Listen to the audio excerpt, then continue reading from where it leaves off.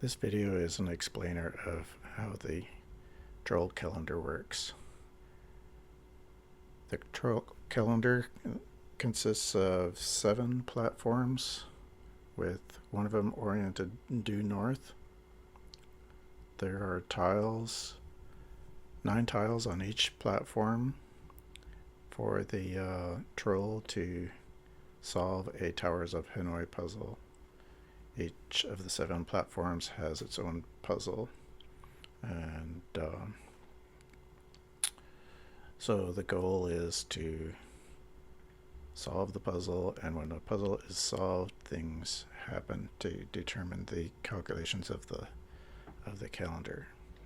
The tiles are all oriented north-south, and the reason for that is on the spring equinox, the sun aligns with the northern edge of the tiles, as you see illustrated here. That's why the shadows are on the top, because at this location the sun is to the south.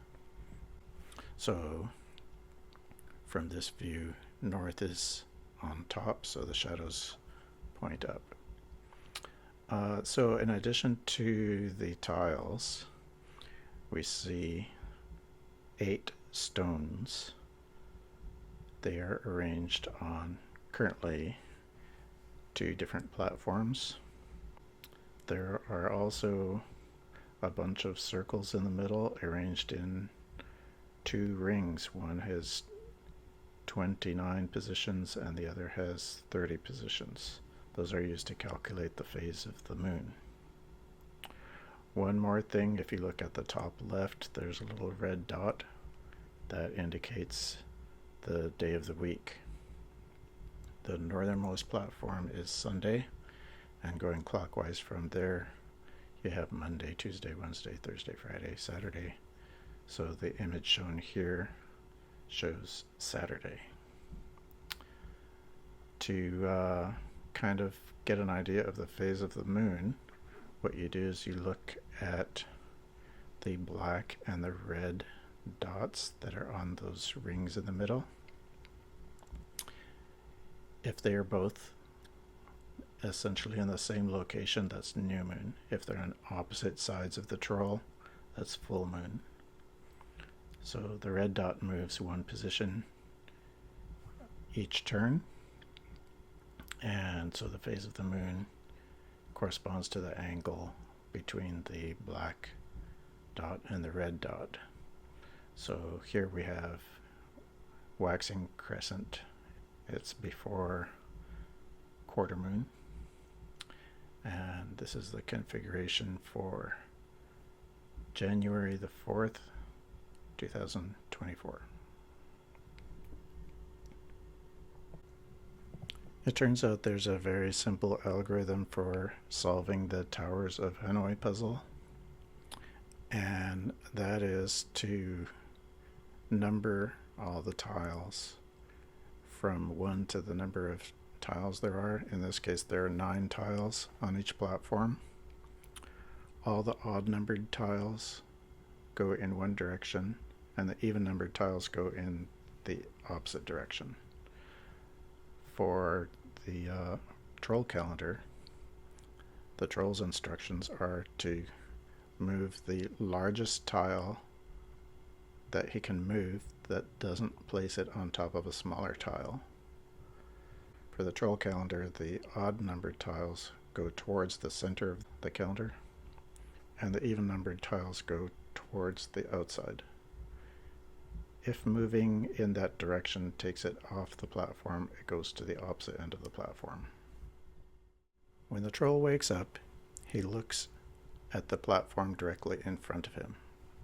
If all the tiles are on a single pile in the closest position, there's some special rules that happen. That's not the case today, but it will be tomorrow.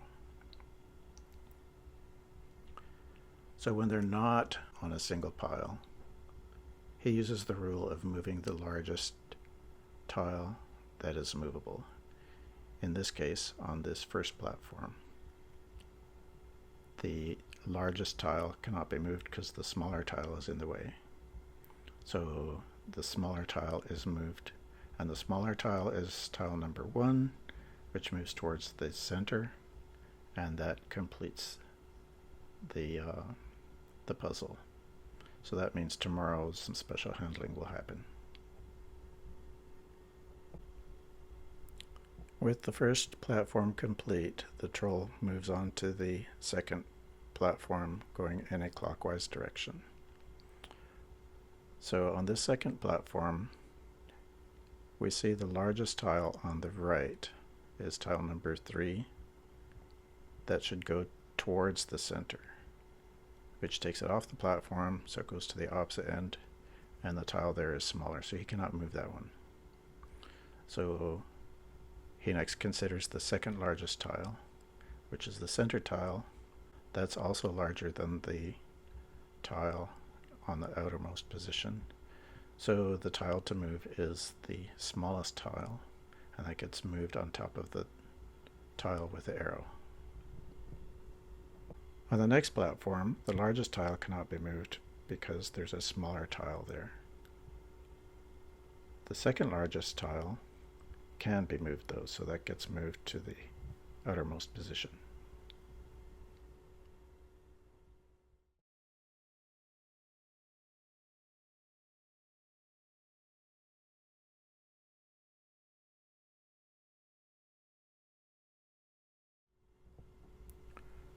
On the next platform, the largest tile cannot be moved because that would put it on top of a smaller tile.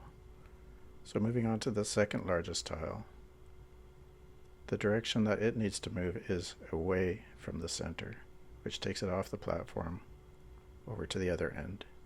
That tile is a larger tile, so the second largest tile can be moved there.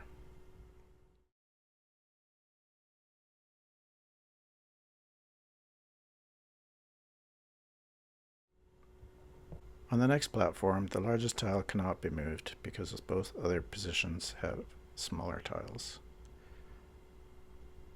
The second largest tile is tile number 3, which moves towards the center of the calendar. But the tile number 1 is in the way, which is smaller, so that cannot be moved. So the tile to move is tile number 1. Tile number 1 moves towards the center, which takes it off the platform, so it gets moved to the other end.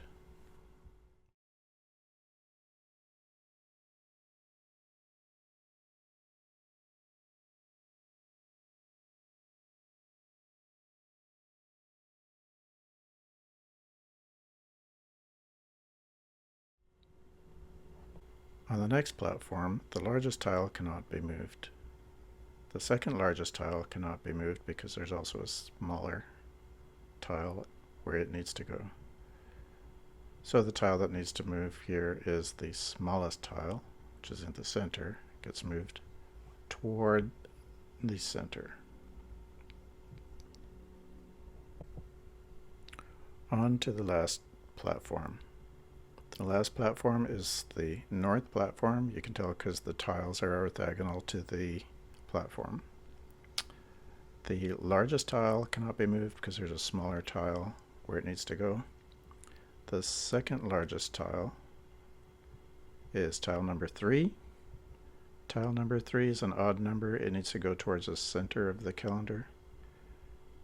The tile there is a larger tile, so that's the tile that moves. So the center tile moves into the center position.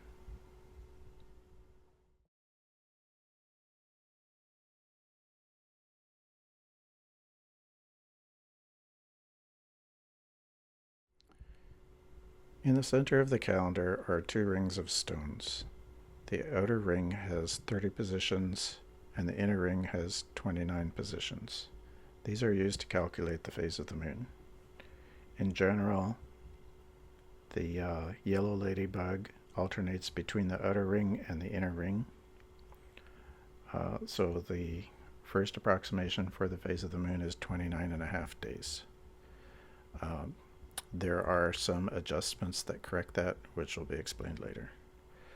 Each turn of the calendar, the yellow ladybug moves ahead one position. If it lands on the stone, that's a longer stone, it slides to the other position. That's how it switches from the 30-day ring to the 29-day ring, or vice versa. The final adjustment is the day of the week marker. It is simply moved one position to the right each day.